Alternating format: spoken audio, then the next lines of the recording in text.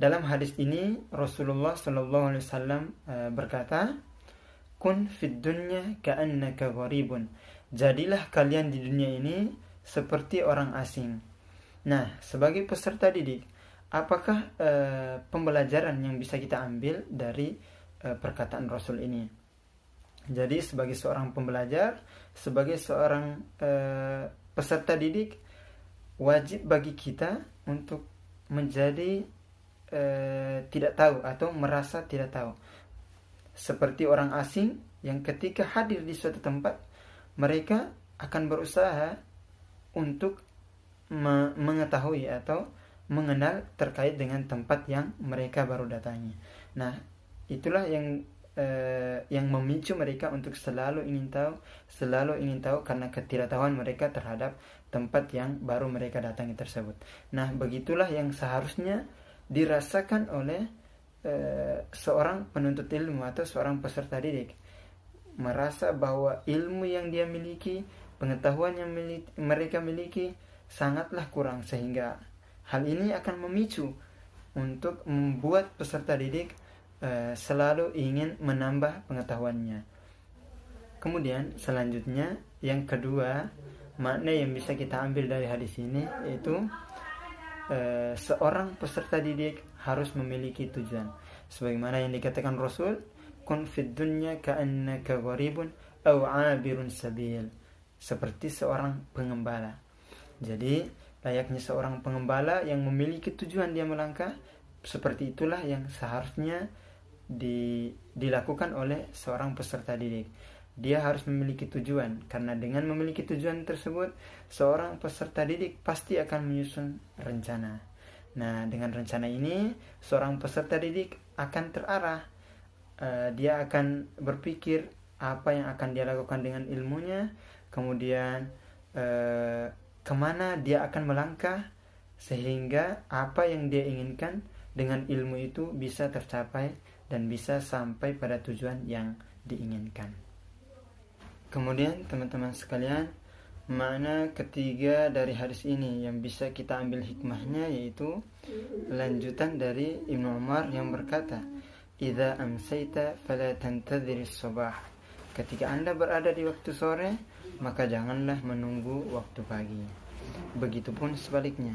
Dalam perkataan ini kita bisa mengambil pelajaran sebagai peserta didik, hendaknya untuk tidak menunda-nunda hal yang penting. Jadi sebagai seorang pembelajar, sebagai seorang peserta didik yang baik, wajib bagi kita untuk mempergunakan waktu yang kita miliki dengan sebaik-baiknya. Karena jika tidak, akan berimplikasi pada perencanaan yang telah kita susun. Oleh karena itu, pentingnya memanfaatkan waktu yang kita miliki sebagai seorang pembelajar demi kemaksimalan perwujudan rencana yang telah kita susun.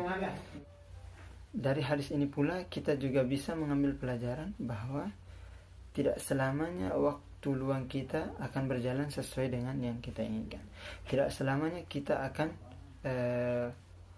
sehat, tidak selamanya kita akan hidup. Oleh karena itu perlu persiapan, perlu pemanfaatan waktu dengan sebaik mungkin sebelum waktu sakit, sebelum kesempitan itu datang menghambat setiap aktivitas yang kita lakukan. Nah, itulah 3 makna yang bisa kita ambil pelajarannya dari hadis Nabi yang diriwayatkan oleh Abdullah bin Umar ini. Selanjutnya, teman-teman sekalian, hadis yang keempat. Hadis ini berbunyi, kuntu jalisan ma'a Abi Darda'i fi masjid Dimashq, faja'ahu rajul faqala, ya Aba Darda'i, inni ji'tuka min madinati Rasul sallallahu alaihi wasallam li hadithin balagani annaka tuhaddithuhu an Rasulillah sallallahu alaihi wasallam ma ji'tu li hajah. Qala فإني سمعت رسول الله صلى الله عليه وسلم يقول من سلك طريقا يطلب فيه علما سلك الله عز وجل به طريقا من طرق الجنة وإن الملائكة لا تضع أجنحتها رضا لطالب العلم وإن العالم ليستغفر له من في السماوات ومن في الأرض والحيتان في جوف الماء وإن فضل العالم على العابد كفضل القمر ليلة البدر على سائر الكواكب وإن العلماء ورثة الأنبياء وإن الأنبياء لم يورثوا دينار ولا درهما ورثوا العلم فمن أخذه أخذ بحظ وافر. Adapun terjemahan dari hadis ini yaitu, aku pernah duduk bersama Abu Darda di Masjid Damaskus. Lalu datanglah seorang laki-laki kepadanya dan berkata, wahai Abu Darda, sesungguhnya aku datang kepadamu dari kota Rasulullah Sallallahu Alaihi Wasallam karena sebuah hadis yang sampai kepadaku bahwa engkau meriwayatkannya dari Rasulullah Sallallahu Alaihi Wasallam. Dan tidaklah aku datang kecuali untuk itu. Abu Darda lalu berkata, aku mendengar Rasulullah Sallallahu Alaihi Wasallam bersabda, barang siapa meniti jalan untuk menuntut ilmu, maka Allah akan mempermudah jalannya ke surga. Sungguh para malaikat merendahkan sayapnya sebagai keridhaan kepada para penuntut ilmu. Orang yang berilmu akan dimintakan maaf oleh penduduk langit dan bumi hingga ikan yang ada di dasar laut. Kelebihan seorang alim dibanding ahli ibadah seperti keutamaan rembulan pada malam purnama atas seluruh bintang. Para ulama adalah pewaris para nabi, dan para nabi tidak mewariskan dinar dan dirham, mereka hanyalah mewariskan ilmu. Barang siapa mengambilnya, maka ia telah mengambil bagian yang banyak. Selanjutnya, teman-teman sekalian, terkait dengan keabsahan hadis ini bersumber dari Abu Darda dan diriwayatkan oleh Imam Abu Daud. Kemudian hadis ini terdapat dalam kitab milik Syekh Shu'aib Al-Arnaud nomor 3641, dan adapun tingkatan hadis ini yaitu berada pada tingkatan hasan. Baiklah teman-teman sekalian, selanjutnya apa makna yang bisa kita ambil dari hadis ini? Setelah kami menelaah maksud dari hadis ini, terjemahannya, kami menyimpulkan bahwa ada dua makna dari hadis ini yang bisa menjadi pelajaran bagi para peserta didik. Yaitu yang pertama, makna yang bisa kita ambil hikmahnya dari hadis ini yaitu perkataan Rasul yang mengatakan bahwa siapa yang menuntut ilmu maka akan dimudahkan langkahnya menuju surga. Jadi sengaja kami mengangkat makna ini karena bisa menjadi motivasi bagi para penuntut ilmu agar lebih semangat, lebih giat menuntut ilmu, karena ganjaran yang akan didapatkan adalah kemudahan yang diberikan oleh Allah Subhanahu wa taala untuk melangkah menuju surga. Selain itu, para penuntut ilmu juga akan mendapatkan naungan berupa direndahkan sayapnya oleh para malaikat untuk menaungi para penuntut ilmu. Jadi oleh karena itu, marilah kita senantiasa sungguh-sungguh giat belajar agar dimudahkan oleh Allah langkah kita masuk ke dalam surganya. Kemudian yang kedua, makna yang bisa kita ambil dari hadis ini yaitu ungkapan Rasul yang mengatakan, innal ulama warathatul anbiya. Sesungguhnya para ulama adalah pewaris para nabi, dan nabi hanya mewariskan ilmu. Dalam ungkapan ini, dalam perkataan Rasul ini, kita sebagai peserta didik bisa mengambil pelajaran, bisa mengambil hikmah bahwasanya selain menggambarkan keterkaitan yang erat antara ulama dan nabi, hadis ini juga ingin memberikan pelajaran kepada kita bahwa hendaknya ilmu yang telah kita pelajari diajarkan kembali sebagai bentuk pelestarian atau regenerasi atas ilmu yang telah diwariskan oleh para nabi, agar ilmu ini tidak hilang dan tidak terputus rantainya. Oleh karena itu, sepantasnya bagi kita sebagai peserta didik untuk menjadikan tujuan mengajarkan kembali kepada generasi selanjutnya pada posisi yang utama, karena hanya dengan cara itu apa yang menjadi warisan para nabi itu terus hidup dan akan terus ada sampai datang keputusan Allah Subhanahu wa taala.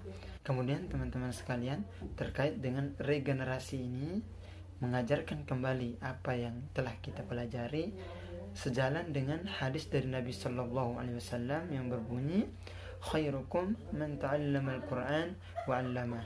Sebaik-baik kalian adalah yang mempelajari Al-Qur'an dan mengajarkannya. Nah, ini menguatkan kembali bahwa pentingnya mengajarkan, pentingnya menyampaikan ilmu yang telah kita dapatkan, agar apa yang kita pelajari itu tidak terputus, bahkan menjadi amal jariah bagi kita. Karena dengan mengajari ilmu yang telah kita dapatkan, secara tidak langsung kita telah menjadi salah satu dari pewaris para nabi, karena kita telah mewariskan ilmu kepada generasi selanjutnya, dan secara tidak langsung itu merupakan salah satu amal jariah yang sangat bermanfaat bagi kita di kehidupan selanjutnya. Teman-teman sekalian, itulah beberapa hadis yang bisa kami uraikan terkait dengan peserta didik. Mudah-mudahan apa yang kami uraikan bisa menjadi pelajaran bagi para peserta didik ke depannya.